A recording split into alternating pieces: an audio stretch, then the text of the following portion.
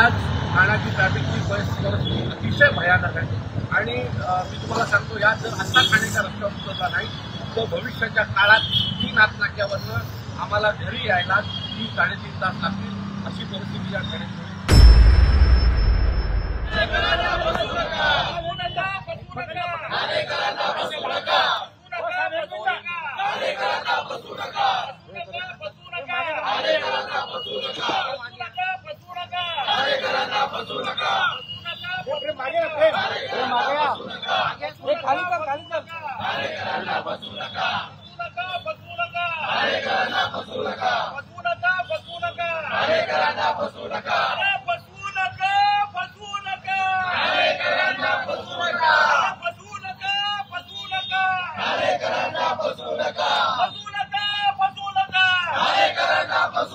असेल या वाहतूक विभागाला नव्याने अधिसूचना जाहीर करण्यात आली आहे. का वाटतं वेळोवेळी मला आता कळतच नाहीये ठाण्यात नक्की चाललंय काय.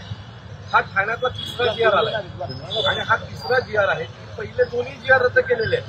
म्हणजे सुरुवातीला परिवहन मंत्र्यांच्या आदेशाने GR आला आणि त्या GR नुसार 31 डिसेंबरपर्यंत ठाण्यात हेवी वाहनांना बंदी घालण्यात आली. ही कुठल्याही ठाणेकरांची मागणी नव्हती. त्यांना असं वाटतं की हे करायला हवंय, त्यांनी ते केलं. खरं तर त्यांनी ते न करता, घोडबंदरचे आमदार तेच आहेत, त्यांनी जर तिथले रस्ते सुधारले असते तर त्यांना ही गोष्ट करायला लागली नसती. दुसरा GR निघाला आणि दुसरा GR असा होता की ठाण्यामधील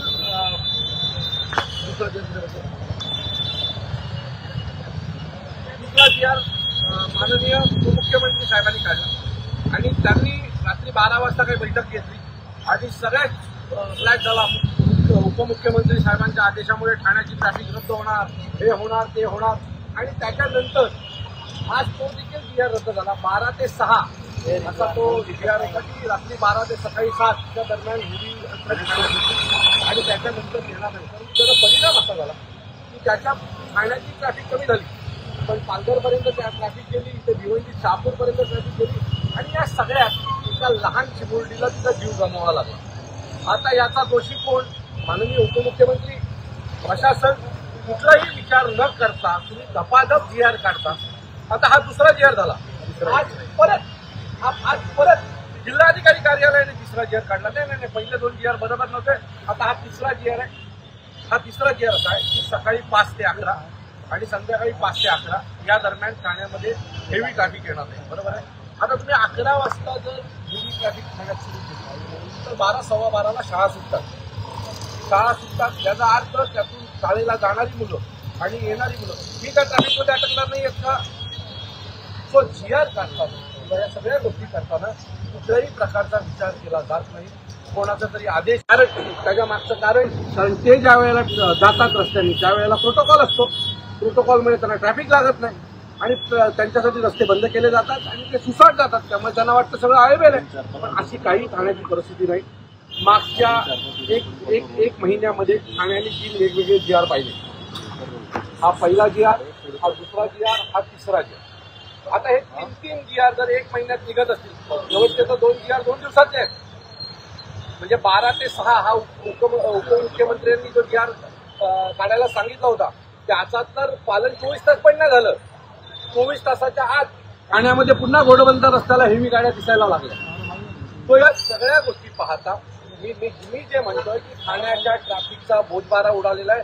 फक्त ठाण्याचा नाही तर बाकी सर्व गोष्टींचा, ट्रॅफिकचाच नाही तर सर्व गोष्टींचा बोजबारा उडालाय. ज्या गोष्टी करायला हव्या होत्या त्या गोष्टी यांनी केल्या नाही. त्यांनी मनोहर वाडा रस्ता जर बरोबर केला असता तर आज ही वेळ आली नसती.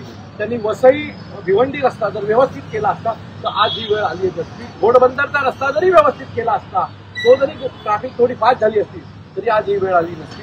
कामांचे फक्त टेंडर काढायचे, त्यातून पैसे खायचे. त्या कामाचं पुढे काय होतं हे पाहायचं नाही. म्हणजे वाडा मनोहर रस्ता 30-32 किलोमीटरचा आहे. तो जर तुम्ही करू शकणार नसाल तर अमृती 600 किलोमीटरचा पूर्ण झाला. तो आज ज्या वेळेला सगळी शहरं ठाणा बोंबाबोंब करतोय, वसई विरार बोंबाबोंब करतोय, भिवंडी बोंबाबोंब करतोय, त्यावेळेला तुम्हाला जाणवतंय का की आता GR काढले पाहिजेत आणि ते थांबवले पाहिजेत? हा पर्याय नाही. याला प्लॅनिंग असलं पाहिजे. आणि तुम्हाला सांगतो, ही ट्रॅफिक या लोकांनी किती प्रयत्न केला तरी पुढची 2-2.5 वर्ष हलताना दिसत नाहीये. कारण तशा प्रकारचं इन्फ्रास्ट्रक्चरचं कामच सुरू नाही. हे ट्रॅफिक हटायला ते आमचं दिसलं पाहिजे की बाबा 2 वर्षांनी ट्रॅफिक हलणार आहे, असं कुठलंही काम अद्याप तेही चालू नाही. तो या सगळ्या गोष्टी प्रशासनाचा आणि राजकीय नेत्यांचा निषेध करतो आणि त्यांनी याच्या आज जी आर काढलेले आहेत त्या जी आरची आम्ही होळी करतोय आणि याच्या विरोधात मी सर्व ठाणेकरांना अपील करतो की परत एकदा तुम्हाला फसवलं. 12 ते 6चा जो जी आर आहे तो 1 दिवसासाठीच होता, तो प्रशासनाने पुन्हा रद्द केला. आज संध्याकाळी महाराष्ट्र नवनिर्माण सेनेच्या मोर्चाला तुम्ही सगळेजण मोठ्या संख्येने उपस्थित राहा. ट्रॅफिकचा मोर्चा ठाणे महानगरपालिकेपासून सुरू होणार आहे. तुम्हाला ह्यांना कळलं की ठाणेकर विरोध करत नाही, यांना काय फरक पडत नाही, आपल्याला जो मार्ग दाखवायचा तो दाखवा. आणि या सगळ्या गोष्टीमुळे आज ठाण्याची ट्रॅफिकची परिस्थिती अतिशय भयानक आहे. आणि मी तुम्हाला सांगतो, या जर आता ठाणेचा रस्त्यावर उतरला नाही तर भविष्याच्या काळात 3 नाथनाक्यावरनं आम्हाला घरी यायला 3-3.5 तास लागतील, अशी परिस्थिती या ठाण्याची. तर या सगळ्यांच्या विरोधात आम्ही आता आज या जी होईल. उपमुख्यमंत्र्यांचा ट्रक टेम्पो फोडण्याचा इशारा तुम्ही दिला होता. पालघरपर्यंत जो दौरा होता तो देखील आज रद्द केलेला आहे. मी ट्रक फोडण्याचा इशारा जो दिला होता तो माझा असा होता की माननीय उपमुख्यमंत्री यांच्या आदेशाचं पालन जर प्रशासन करणार नसेल तर आम्ही ते ट्रक 12च्या आत ठाण्यात ते फोडू. त्याच्यावर पोलीस खात्याने माझ्याकडे 4 दिवसाची वेळ मागितली होती आणि मला सांगितलं होतं की सगळं स्कीम करायला आम्हाला थोडासा वेळ द्या. तो आम्ही प्रशासनाचा मान सन्मान म्हणून आम्ही तो वेळ दिला आणि आज दुसरा जी आर आला. तिसरा दिवस आहे, आज दुसऱ्या दिवशी आणखी एक जी आर आला. म्हणजे 4 दिवसाची माझ्याकडे मुदत मागितली गेली होती आणि तिसऱ्या दिवशी मी जी आर काढला. हे लोक फक्त ठाणेकरांची फसवणूक करतात, याच्या व्यतिरिक्त काय नाही. मी तुम्हाला परत सांगतो, ठाण्यातले जेवढे मोठे कॉम्प्लेक्स आहेत, मोठ्या संस्था आहेत, त्या सगळ्यांनी एकत्र येणं गरजेचं आहे. पक्ष बाजूला ठेवून त्या सगळ्याच्या विरोधात एकत्र येण्याची ठाणेकरांची गरज आहे आणि आम्ही रस्त्यावर उतरणारच आहोत. जोपर्यंत आता हा विषय मार्गी लागत नाही ना तोपर्यंत महाराष्ट्र नवनिर्माण सेना याच्या विरोधात रस्त्यावर उतरत राहणार. जे काय व्हायचं ते पाहिजे.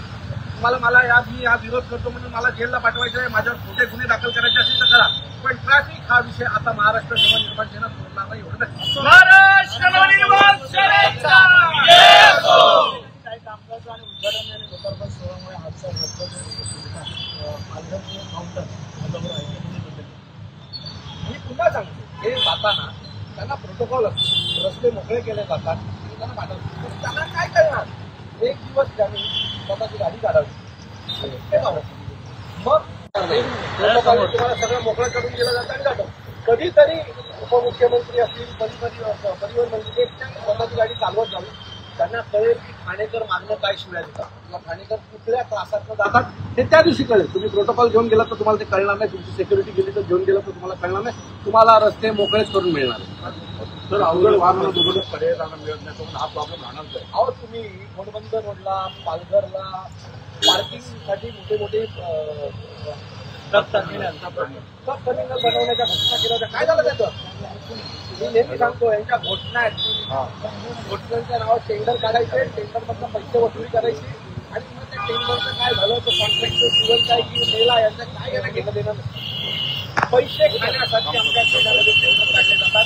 हा माझा आरोप आहे आणि हा माझा आरोप कायम करून देणार.